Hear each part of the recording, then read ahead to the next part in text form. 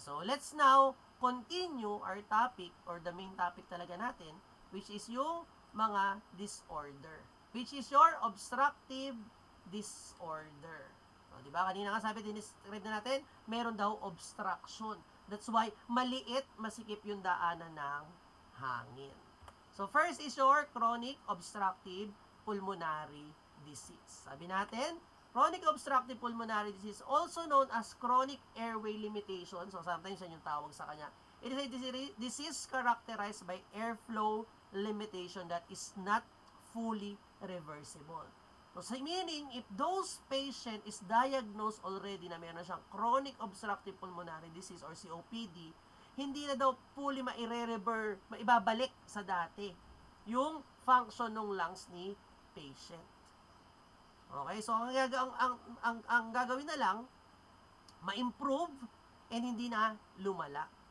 Okay, sabi the airflow limitation is usually progressive and associated with abnormal inflammatory response of the lungs to a noxious particles or gas, resulting in, nagkakaroon ng narrow airway, masikip yung daanan ng hangin. Pwede rin, nagkakaroon ng hypersecretion of mucus, kaya pala hindi na nawala yung ubo, hindi na nawala yung phlegma ni patient. Or pwede rin nagkakaroon na daw ng change in the pulmonary vasculature. Ibig sabihin, yung normal anatomy of the lungs or nung bronchial tree is affected na din. Yun yung nagiging problem natin sa pasyente na merong COPD. So, sabi natin, ano daw nangyari? Sabi natin, yung pasyente na may COPD, ano yung nagiging itsura nung baga nila? So, kung titingnan natin sa normal or healthy lang, diba, pinkish, sabi, bronchial tubes are clear and inflammation-free. Alveoli are expand and collapse each breath. So, ibig sabihin, lumolobo, nawawala hangin. Oxygen moves through the air sac walls in the blood and carbon dioxide moves out of the sac. So, ano nangyayari naman kapag may COPD? Sabi to, alveoli lose their elasticity and shape, making it hard to exhale. So, ibig sabihin, yung pagiging elastic, yung paglobo ng mismong alveoli, affected. So, sometimes, hindi na nakakalabas yung hangin, nagkakaroon ng air tapping. Natatrap na yung hangin dun sa loob ng alveoli. Okay? Bronchial tubes are become inflamed and narrow, maga. Diba? Tapos, nagiging masikip na. And there is thick mucus causing it, nagkakaroon ng chronic cough si patient natin. Okay, so what will be the risk factor para magkaroon ka ng COPD? Number 1 is smoking. Ayan. O, pag nagtanong, Sir, yosi lang po. Paano po yung nagbe-vape? Safe? Hindi po. Same lang po yun ng effect. Kasi ini-irritate pa rin niya, meron pa rin nicotine content po yung vape na yan. May irritate pa rin po yung bronchial tree natin. Okay, environmental pollutants, di ba? Oh, lagi ka nasa kalsada. Di ba? Ano ayan, occupational exposure, ano kayang trabaho? Di ba? Sample na lang yung barker kaya dun sa yung sa barker dun sa pilahan ng jeep. Di ba doon sa likod doon, umaandar yung jeep, tawag ng pasahero. Oh, yung binubuga na usok nung jeep, di ba, nai-inhale din niya. So, it could be a factor. Or sometimes, pwede rin po siyang genetic. Pwedeng hereditary na mamana ng pasyente. Okay? So, ano po yung makikita nating manifestation sa patient na may COPD? They have chronic cough. Diba? Buwan na ang binilang ng ubo nila, hindi na nawala. Ano daw? Sputum production, hindi na naubos yung plema. Okay, ano ba? Dyspnea on exertion, often worsen over. So, di ba, halimbawa, nagkaroon lang ng increased activity, nahirapan na siyang huminga. Kasi nga, di ba sabi natin, yung lungs ni patient, yung alveoli is ineffective na yung pag-expand niya. Nagkakaroon na ng air trapping, kaya nahihirapan na din huminga yung pasyente. Okay, so what will be our management? So, number 1, syempre, stop smoking. Di ba? Kung yan yung nag-cause. Smoking cessation. Okay, ano ba daw? We can give patient bronchodilators. Ano yung mga bronchodilators natin? Diba, pang pa-open ng alveoli ni patient. Ay, pa-open. Yung bronchioles pala, bronchioles natin, para mag-open, makadaan yung hangin. Okay, we can give patient corticosteroids. Ano yung corticosteroids? Anti-inflammatory drugs. Para mabawasan yung pamamaga. Diba? Ano pa daw? Yung mga sample natin, ayan, mga antitrypsin augment therapy, antibiotic, pwede rin po kasi baka may infection. Mucolytic agent para mailabas yung mga phlegm na yan. Antitussive agents, vasodilators, narcotics, binibigay yan. Okay? So, tandaan, when it comes to cough medicine, di ba meron tayong tinatawag na mucolytic, expectorant, and antitussive. So, sa tatlong yon, sino yung tatlo na yan, hindi siya pwedeng pagsabay-sabayin. So, sa tatlo, sino dapat yung hindi mo isasabay na inumin? Expectorant, mucolytic, or antitussive? Nalagay nyo, sino kaya yung hindi dapat isabay inumin? Anyone? Sige, explain ko kung ano yung ginagawa ng tatlo. Baka kaya hindi masagot, hindi kasi alam kung para saan ba yung gamot na yan. Diba? Pag sinabi natin mucolytic, it helps to liquefy the mucus, the secretions. Pag sinabi natin expectorant, it helps para madaling mailabas ng pasyente yung phlegma, yung mucus secretions. And si antitussive naman, it prevents the patient to cough. Pinapigilan niyang umubo yung pasyente. Okay? So, pwede bang pagsabay-sabay yung tatlo? No. So, sino sa kanilang tatlo yung hindi pwedeng isabay? Si antitussive. Ayun, may sumagot. Diba kasi, imagine mo, nagbigay ka ng expectorant. Diba? Pampalabas. Binigyan mo ng pampatigil umubo. Paano uubo yun? Ano gagawin? Uubo ba ako? Ilalabas ko ba o ayaw umubo? Yan. So, ay tatandaan, hindi dapat po isinasabay si antitussive. Usually, binibigay si antitussive pag yung pasyente, wala namang phlegm, pero ubo na ubo kasi Makati yung lalamunan. Diba? Para, pagod na kaubo yung pasyente. So, binibigay si antitussive para ma-block yung receptor ng nagsisignal na mag-ubo ng ubo yung pasyente natin. Okay, malinaw po yon. Sige, next. Vaccine may also be effective kasi nga, di ba, prolong yung disease niya. So, binibigyan din po siya ng mga vaccinations like yung mga flu vaccines. Yan, nakakatulong yan kay patient. Okay, medical management, sabi natin, oxygen therapy, including nighttime. So, pwede po silang bigyan ng O2, pero tandaan, pag COPD patient, bawal ang high oxygen concentration. Sabihin, bawal mataas yung oxygen concentration. Bakit? Di ba sabi ko kanina, ano nangyari sa COPD? Nagkakaroon ng air trapping. Sa sobrang taas ng oxygen, mas mataas yung papasok na oxygen. Anong mangyayari ngayon? Di ba nagtatrap lang doon? So, magkakaroon naman ng oxygen, over naman yung oxygen ni patient. And pag sobra yung oxygen, hindi na detect na ng katawan mo yung carbon dioxide, mawawala yung sense of breathing. Kasi ang nagsasend ng signal para huminga din tayo, yung detection ng carbon dioxide sa katawan natin.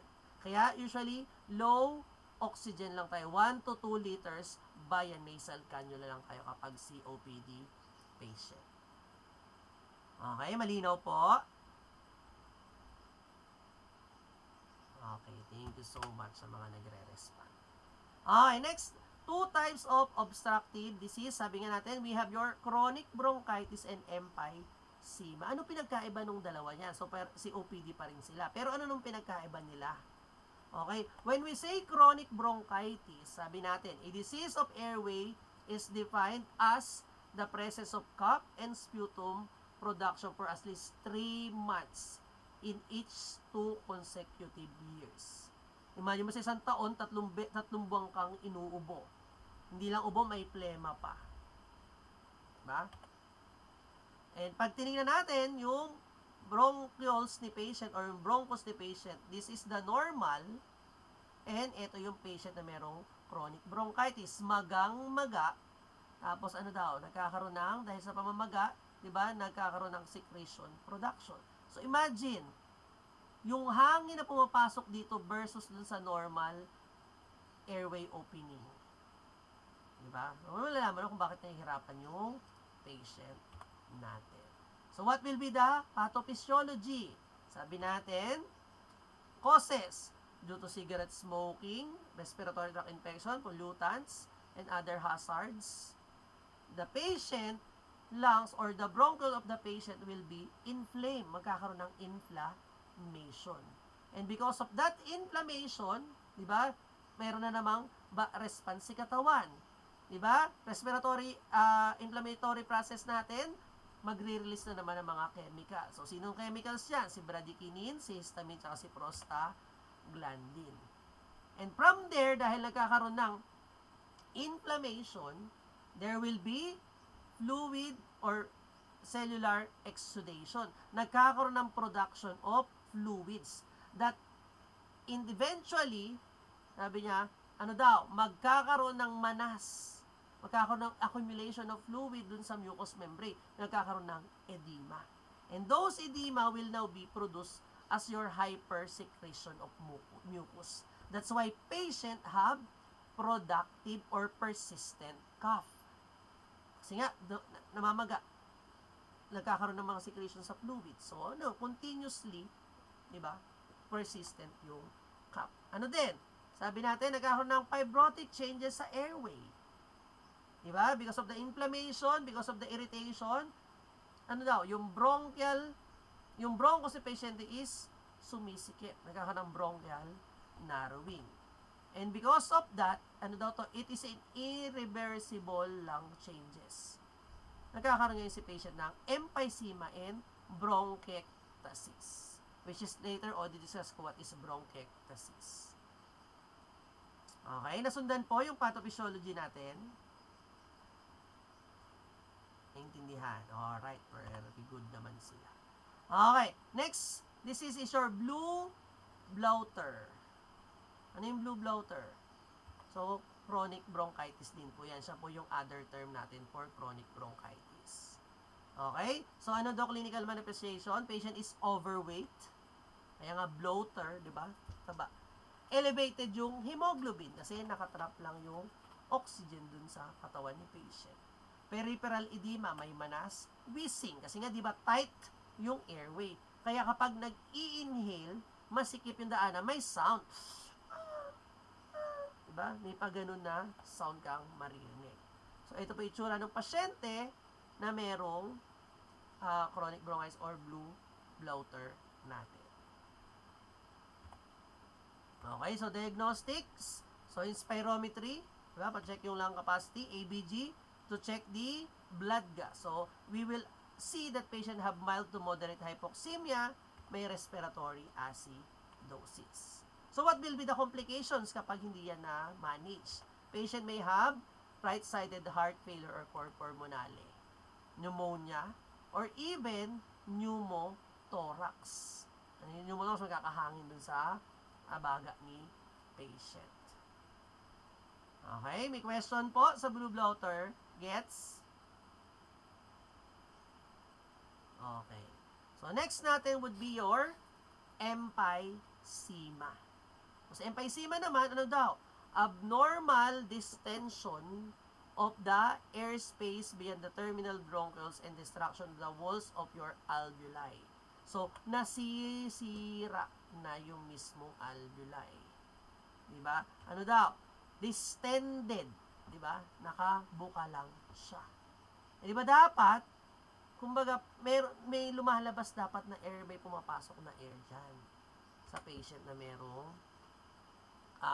tawag ito, merong emphysema. Okay? So, ano ba yung mga pwede makita? So, meron tayong tinatawag na panlobular emphysema and centrolobular emphysema. So, ano man yun? Pag sinabing panlobular, all of the lobes is naka-inflate lang. Okay? Pag centrilobular, may parts lang, yung mga nasa gitna lang sila yung lobo. Okay? So, paano naman daw yung pathophysiology ng ating emphysema? So, same cause. Smoking, hereditary, ayan, plasma, protein abnormality, deficiency in the alpha-1 antitrypsin, enzyme inhibitor sa aging process. So, ano nangyayari dyan? Because of these causes, nagkakaroon ng disequilibrium between the elastase and anti-elastase. Ibig sabihin, hindi nagkakaroon ng imbalance. Ano ba yung ginagawa ng elastase and anti-elastase na yan? So, di ba, yung elasticity of the bronchioles is now affected. Kasi di ba dapat elastic siya, nag-expand, nagde-deflate dapat yung alveoli. So, ang nangyayari, nasisira ngayon yung elastic recoil. Yung pag-close or pagtanggal ng hangin sa pagpasok na, kumbaga, puro pasok lang yung hangin ang nangyayari. Kaya, nagkakaroon ng over-distension of your alveoli.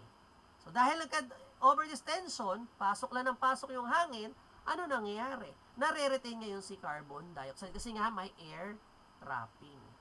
And because of the air trapping, the patient may have hypoxia and respiratory acidosis. Sabi sir, nare-retain nga yung carbon dioxide. So, kaya ngayon, kulang pa din yung oxygen na nakakapasok. Diba? Kaya may respiratory acidosis. And it's also called as your pink puffer. So, manifestation, barrel chest. Bakit barrel? So, parang bariles yung parang, yung parang lagay ng mga alak, bariles yan. So, parang straight lang siya na ganyan. Bakit parang straight lang na ganyan yung patient? Kasi nga, diba, naka-expand yung alveoli. So, parang naka-expand lang yung lungs niya. Parang siyang chest out lagi. Diba? Ano ba? Meron siyang severe dyspnea. Diba? Hirap huminga yung pasyente. Okay, thin frame body. Manipis yung katawan, pero nakaganyan siya feeling maskulado. Manipis lang yung katawan niya. Kasi nga, nagkakaroon ng muscle wasting. And patient is doing pursed lip breathing. Ibig sabihin, pag inhale niya, pag exhale niya, sa bibig lumalabas, pero nakaikom yung bibig niya onte. Doon lumalabas yung hangin. Okay? So, ano yung itsura ng pasyente na meron yan? Ito po. Ito yung sasabi natin na barrel chest. Diba? Payato. Okay? So, diagnostic same. Spirometry, chest x-ray. We can also do the chest x-ray para makita gaano ba ka naka-inflate, and para makita yung diaphragm din ni pasyente. Sabi ito, hyperinflation with flattened diaphragm. So, ibig sabihin, yung accessory muscle diaphragm, naka-flat, di ba dapat naka-curve siya? Kasi tumutulong siya sa pag-inhale, exhale natin. Okay, so ABG will also done. So, mild to moderate hypoxemia din. Respiratory acidosis din yung findings. Ayan, so makita nyo, galit na galit yung mga bronchioles ni patient. Yan o, kita mo yung mga, ano tawag dyan? Yung mga sanga. Diba? Kita. Okay? So, to help you to differentiate, para mas matandaan, ayan. So, this one can help para mas madali. Tandaan, chronic bronchitis, blue bloater. Diba? Mataba. Emphysema, pink puffer, mapayat. Okay, may question? Okay, sige. So, what will be our assessment? So, assess the cough. Yung dyspnea ng pasyente, meron yan. Chest pain. Diba? Ubo na ubo.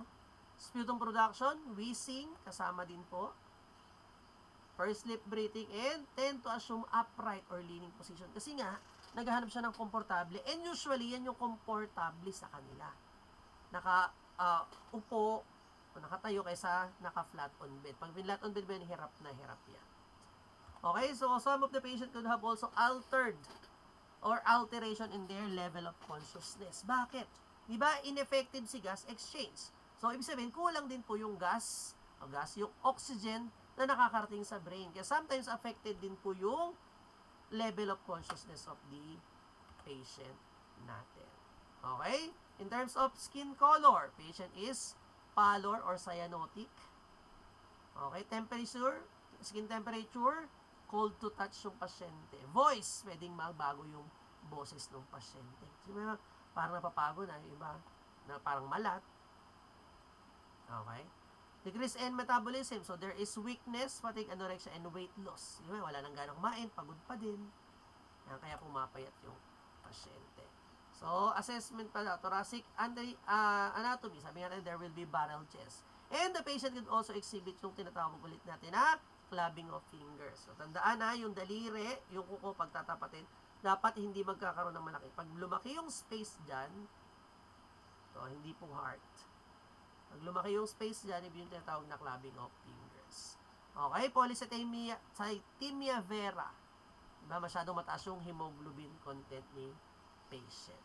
So, what will be our interprofessional collaborative management? So, number 1, rest. O, bakit magre-rest na naman? To reduce oxygen demand of the tissue. Diba? Parang sa heart. Pag hindi nagpa-function na heart, kailangan siya i-rest pag hirap yung function. Ito, hirap din yung lungs. Di ba nga, may problem tayo sa gas exchange. So, kaya kailangan, hindi din tumaas yung demand kasi nga hirap nga kumuha ng makapasok ng oxygen. Kaya, rest si patient. Position, semi to high Fowlers. Diba? Per lung expansion. Diba? Teach patient to do pursed lip breathing. So, bakit? Nakakatulong po kasi yung pursed lip breathing. Diba? Pag inhale mo, masikip. So, nakaka-help yan, diba, dun sa process of ventilation natin, yung diffusion. Diba? From area of greater pressure to lower pressure. So, yan po yung isa sa natutulong niya. So, increase fluid intake. Bakit? Diba, maraming secretions para ma-liquefy, para hindi sobrang thick, hindi kapit na kapit dun sa baga ni patient. And good oral care to remove sputum and prevent infection. So, mouthwash, toothbrush. Yan. So, dati nga kami lagi, basta sa ICU na admit, automatic, magre-request na agad kami ng Bactidol. So, yung patient, nagba-Bactidol yun every day. Kapag naka-intubate yung pasyente, may tubo, twice a day, 3 times a day, binabactidol yung bibig kasi nga para ma-prevent yung infection. Okay, diet. Anong klaseng diet yung meron sa pasyente? High calorie. Bakit kailangan mataas yung calorie content? Kasi di ba nagkakaroon ng muscle wasting. Kailangan niya ng source of energy. Okay, in terms of division naman, mas mataas dapat yung protein kesa sa carbohydrates. Di ba? Bakit? Di ba yung protein, andaw yan, tumutulong yan para ma-maintain yung integrity ng alveolar wall. Kasi ba sira na o nasisira na siya. So, the protein will help para hindi totally masira yung alveoli ni patient. Okay, sa carbohydrates naman, di ba? Your carbohydrates, kapag daw yan ay na-breakdown, nagpo-produce pa rin ng carbon dioxide.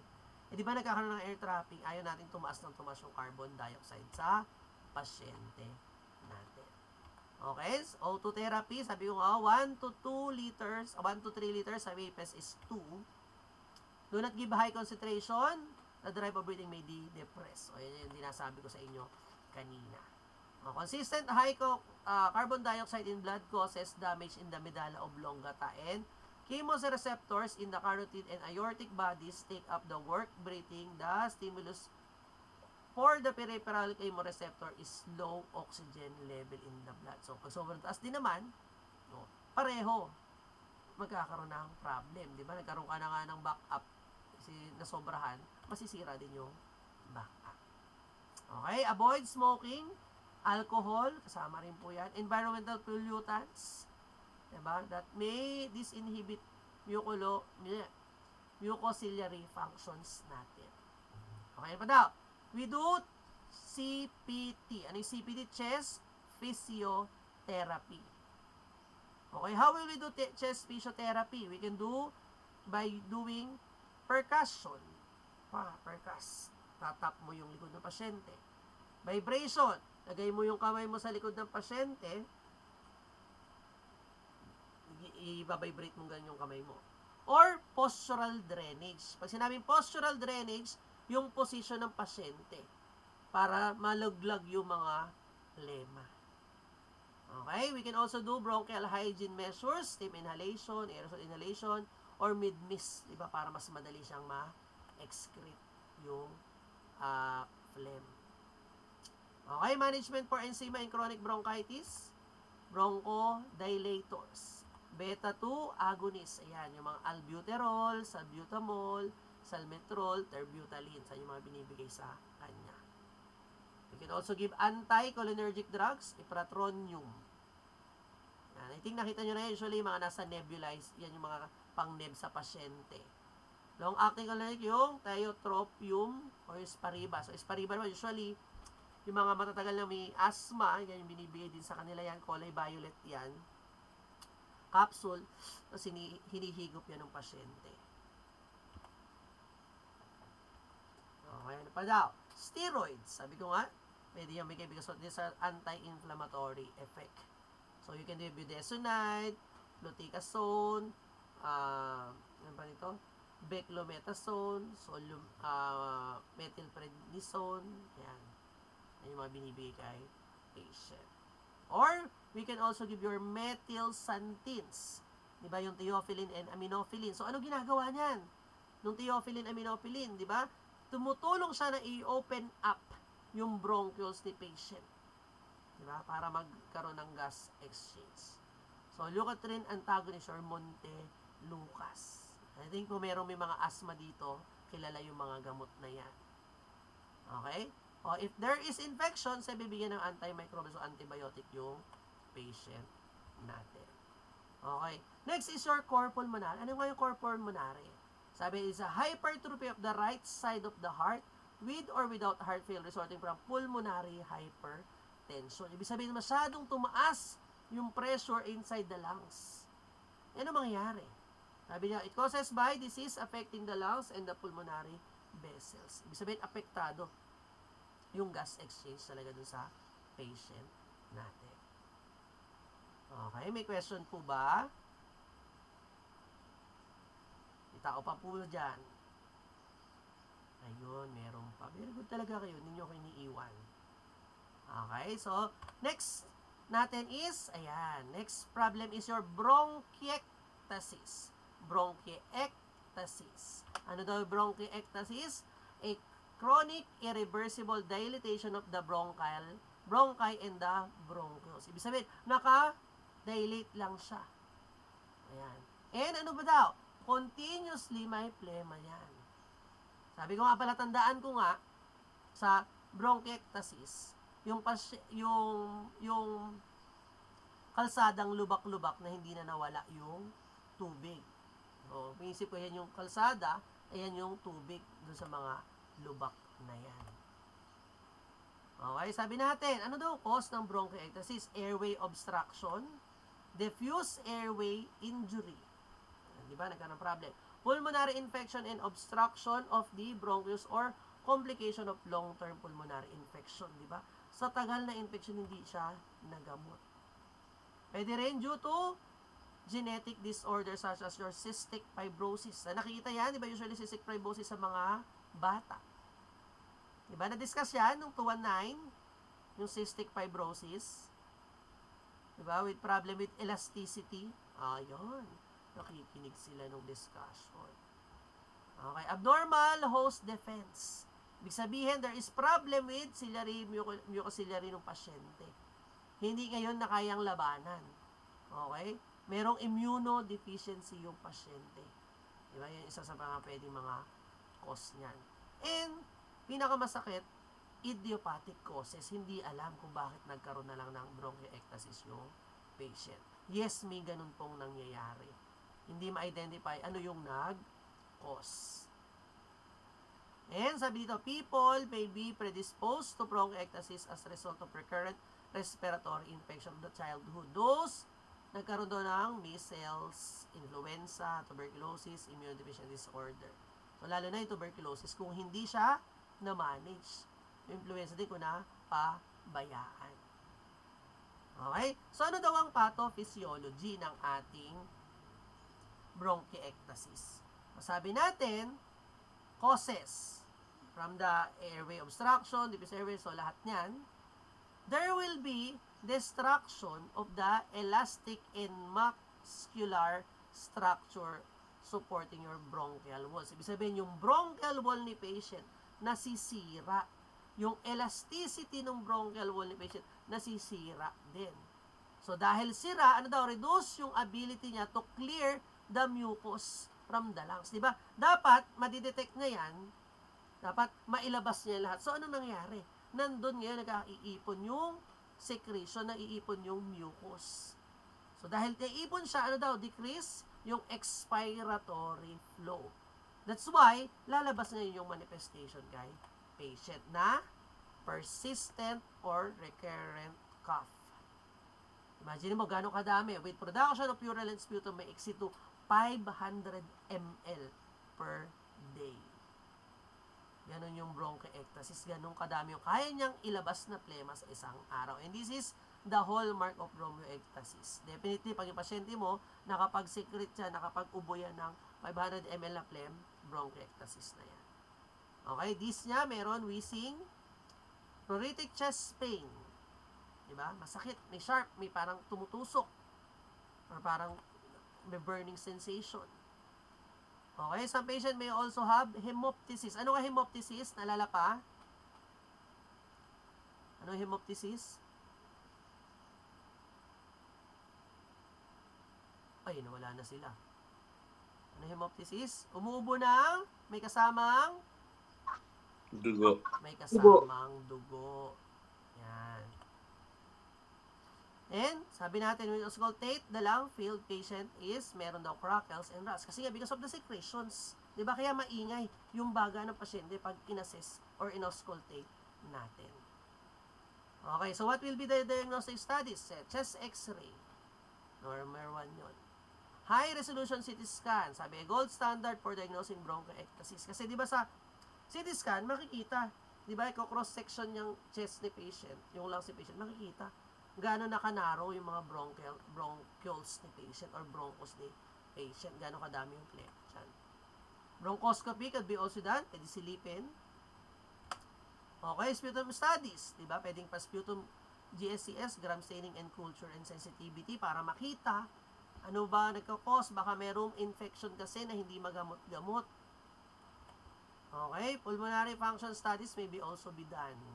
Diba? Para makita natin yung capacity pa nung lungs. So, this is sample of yung x-ray. So, ayan. So, ito yung mga bronchial and bronchos sa patient. So, titingnan mo, ayan, sumisikip na yung mga bronchial opening, yung daanan ng hangin. Okay? So, ano daw ang ating management kay patient? Siyempre, kung may infection, we will give antibiotics. Okay, we will give bronchodilator para hindi mag-spas, hindi lalong magsara yung daanan. Papadilatin natin yung bronchioles ni patient. Okay, beta-2 antagonist to stimulate yung mucociliary clearance para lumabas yung phlegm, yung mga secretions, together with your mucolytic agents. Okay, we can also give anti-inflammatory agents. Anong anti-inflammatory agents bibigay? Yung mga anong tawag doon? Yung methylprednisolone, prednisone. Yan. Okay? Bibigyan siya ng anti-inflammatory drugs kay patient. Okay? So, patient may be vaccinated with pneumococcal and influenza vaccine. Bakit?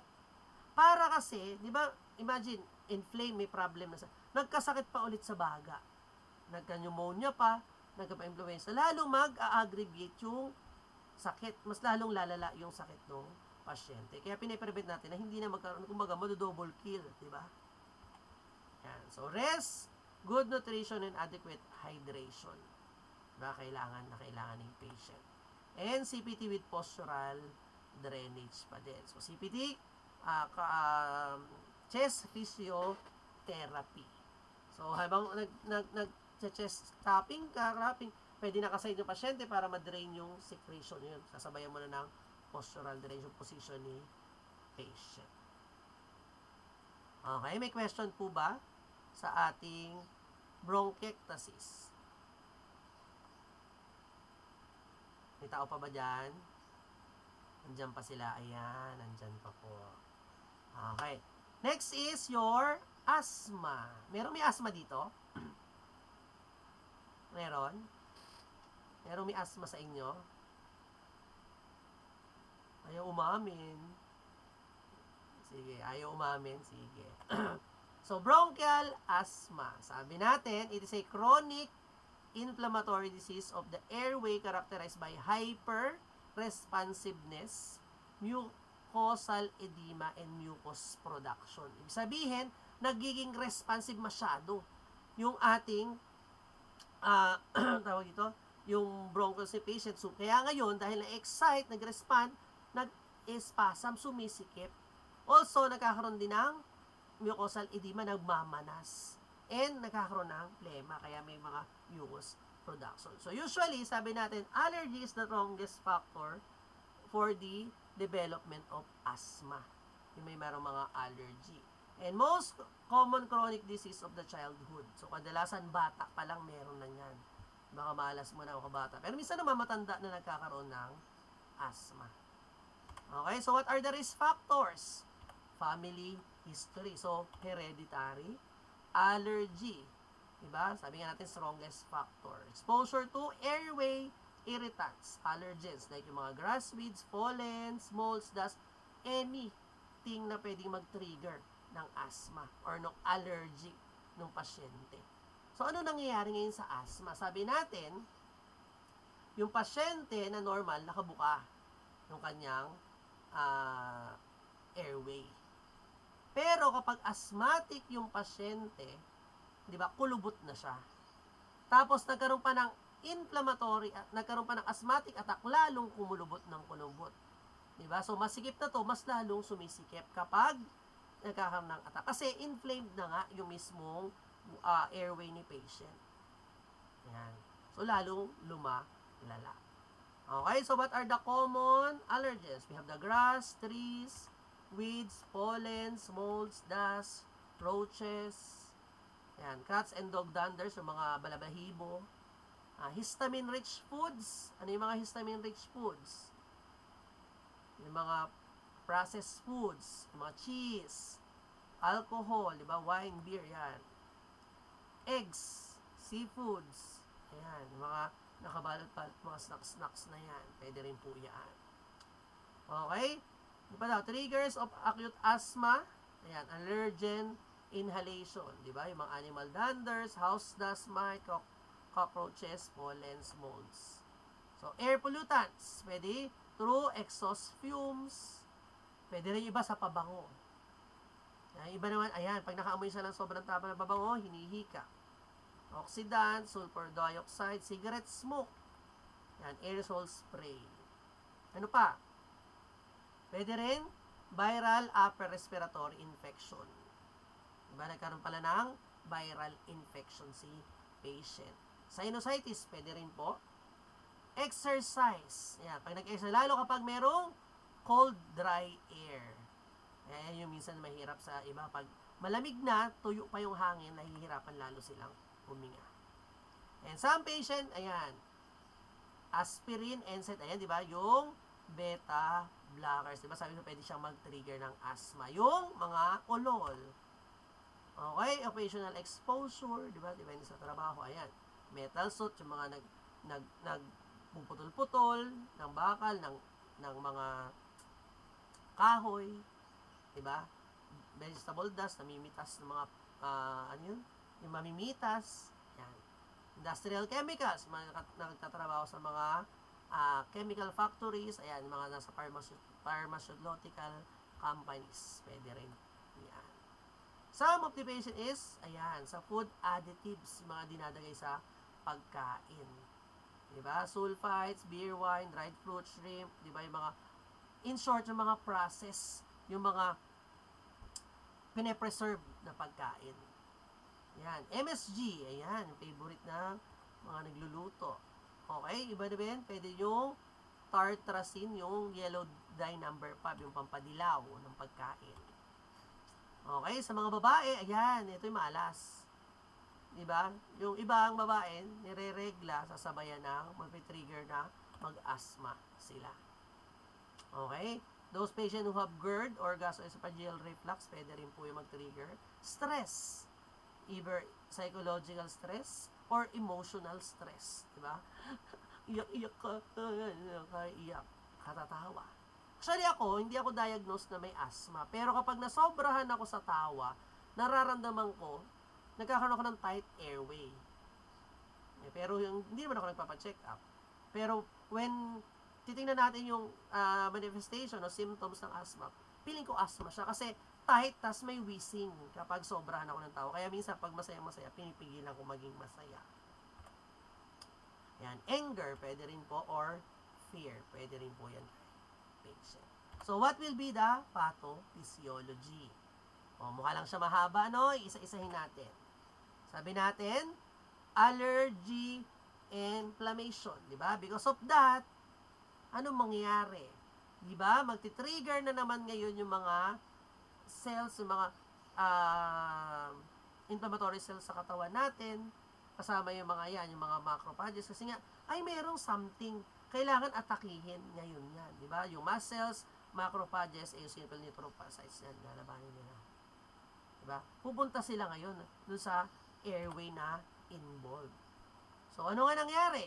Naglaban-laban, na-detect niya ngayon. Di ba? So, syempre, inflammatory process na naman. That's why, magre-release na naman ng mga chemicals yung katawan natin. Si histamine, prostaglandin, leukotriene, interleukotriene 4 and 5, nitric oxide. So, because of that, di ba, ano na ngayon na mangyayari? There will be a bronchospasm. Magmamaga yung bronchus ni patient, mag-spasm, magsisikip na yung daanan. Magkakaroon ng bronchoconstriction.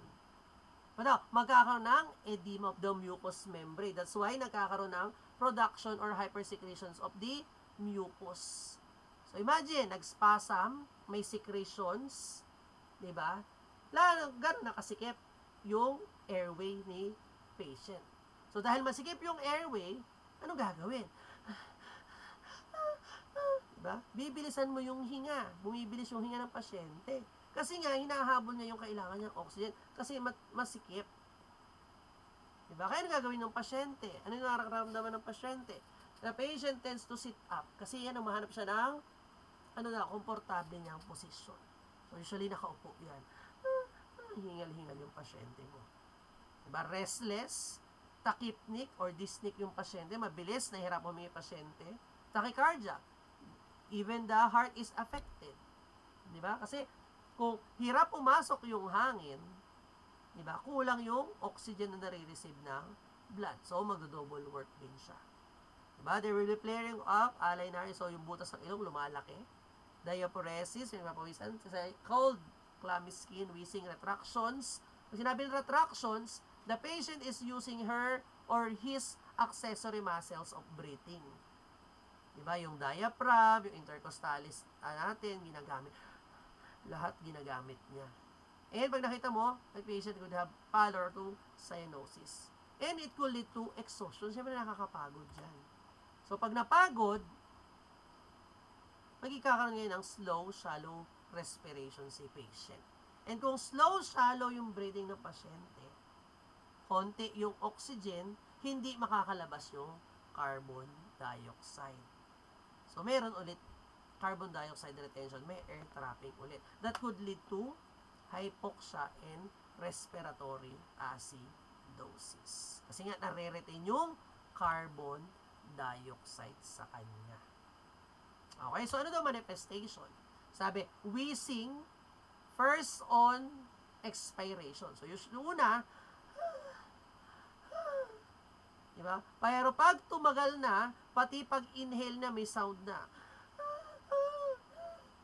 Diba? Parang pusa na siya. Nakalulun na siya ng pusa na gustong tumakas. Diba?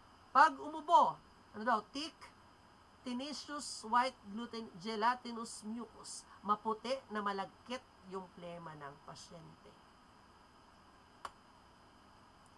Daw, dyspnea, syempre, hirap huminga yan. Chest tightness, diba? Kasi nga, nagkakaroon ng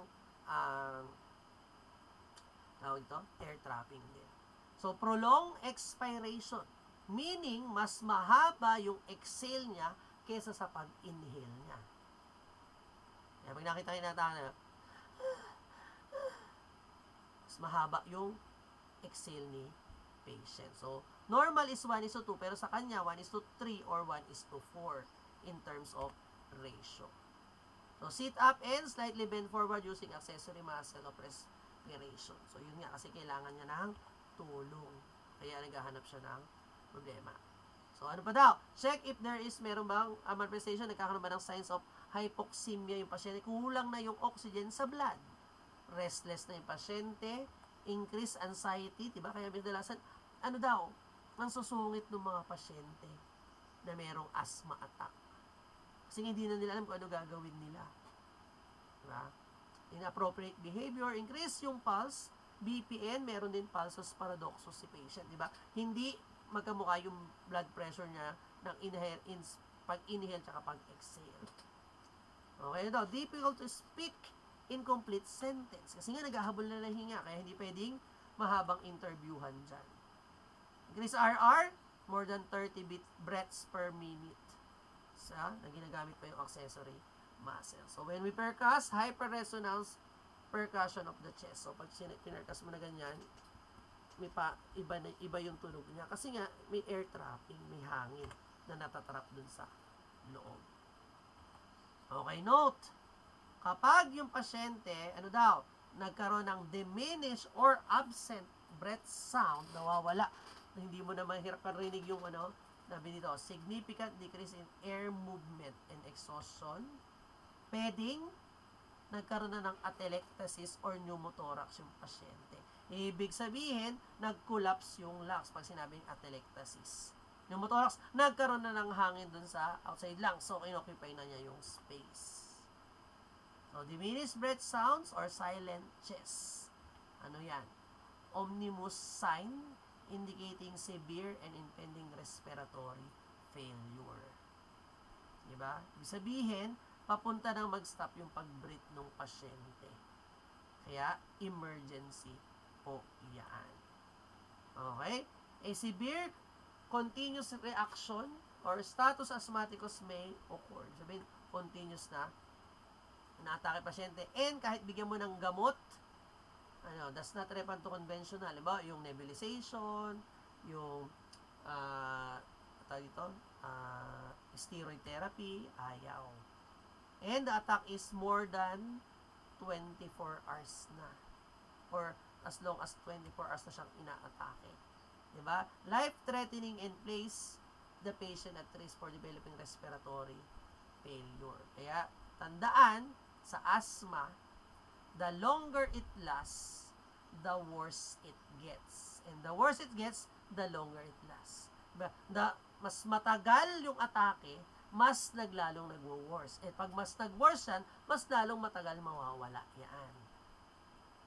Kaya usually, maganda pag nadadiagnose para alam mo paano iiwasan na magkaroon ng asthma attack. Diba?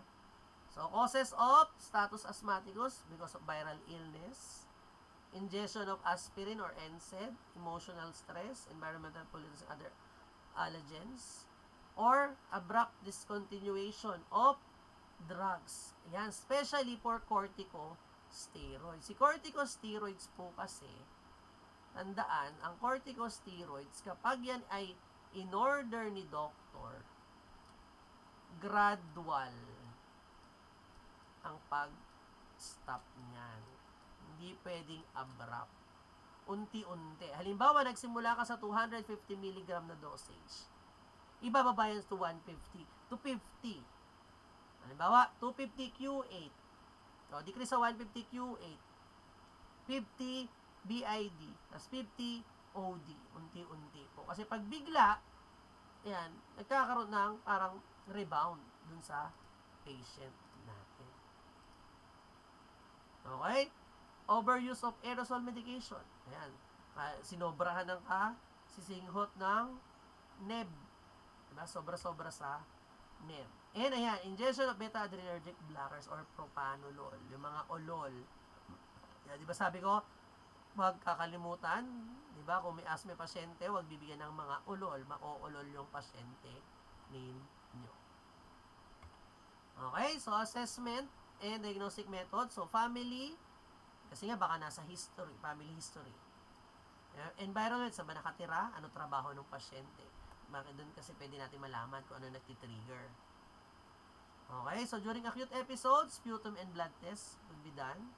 Pulse oximeter, syempre, ABG, and hypocapnia and respiratory alkalosis and pulmonary function, and forced vital capacity tests are performed. So, pulmonary function test para makita yung retention of oxygen, retention of carbohydrates, carbon dioxide, or makita yung lung capacity.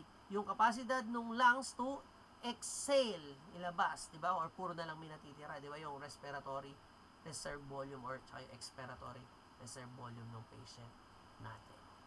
Okay, medical and pharmacologic management for patient. There are two classes of medication. We have the long-acting control and quick relief medication. Or pwedeng pinagko-combine siya. Okay, short-acting beta-adrenergic agonists, anticholinergics, corticosteroids, yan, pwede yung inhaler, meter dose inhaler. Leukotrienes, modifiers inhibitor, mga alpha-trienes, di ba, yung Montelukast. Or methylxanthines, yung aminophylline kay patient. So, yun po yung mga pwedeng ibigay kay patient na gamot. As a nurse, ano yung tatandaan natin? Sabi natin, we need to assess the patient respiratory status by monitoring the severity of the symptoms. Ganun ba siya kalala? Assess the breath sounds, yung peak flow, di ba? Pag gumamit ng spirometry, pulse oximeter ni patient, di ba? Kailangan makita natin yan, di ba? The vital signs. Obtain history of allergic reaction to medication before administering. Di ba? Ginagawa pa nga namin yan pag na-tech na, dinalagay yan sa chart, positive allergy for ganito, para lahat mariremind bago magbigay. Sinasama rin po sa endorsement yan. Kung sino man yung nag-interview kay patient. Okay, identify medication the patient is currently taking. Ano po ba yung mga gamot? Lililista natin. Kasi nga, dahil magaling kang nurse, alam mo yung mga drug-to-drug reaction. Baka meron pala, kaya doon pala yung nagtitrigger. Diba? Ikaw ngayon yung very good. Okay, ano pa daw? Administer medication as prescribed and monitor patient's response to those medications may include an antibiotic if patient has underlying respiratory infection. And sabi natin, administer fluids if the patient is para ma-hydrate yung patient natin. Kasi baka nade-dehydrate na yung pasyente. Diba kapag mabilis din hinga mo, diba, nag-e-expire ka rin nagre-release ka din ng moist sa katawan, nababawasan din yung tubig sa katawan natin. And kung kinakailangan, kung i-intubate yung pasyente, assist patient with intubation procedure. Ibig sabihin, kailangan tubuhan yung pasyente. Okay? So, halimbawa, ikaw yung mag-assist kay doktor. It's either, pwede mo itanong sa doktor, ano bang doc yung preferred mo na endotracheal tube size? Kasi may sizes po yun. Kapag lumalaki yung size, mas lumalaki yung tube. So, usually, pag adult kasi ang ginagamit, 7.5 or 8 or sometimes 7. Okay? So, bago mo ibigay doktor, inflate mo muna, check mo kung hindi busted yung balon sa dulo, sa tip ng mismong endotracheal tube. Tapos, i-deflate mo ulit, lagyan ng stylet, bigay kay doctor. So, sterile technique po yung ginagawa. Alright, may question po ba? May kasama pa ba ako? Naintindihan po ba? Alright, and that's all yung ating topic for obstructive pulmonary diseases. Okay, so thank you for listening. Sabi dito, nurse, just another word to describe as a person strong enough to tolerate everything and soft enough to understand everyone. Okay? Napakalalim, ano? Ayan. So, kaya mahirap po talaga maging nurse. Diba? So that's conclude our topic for this afternoon or for today's video natin.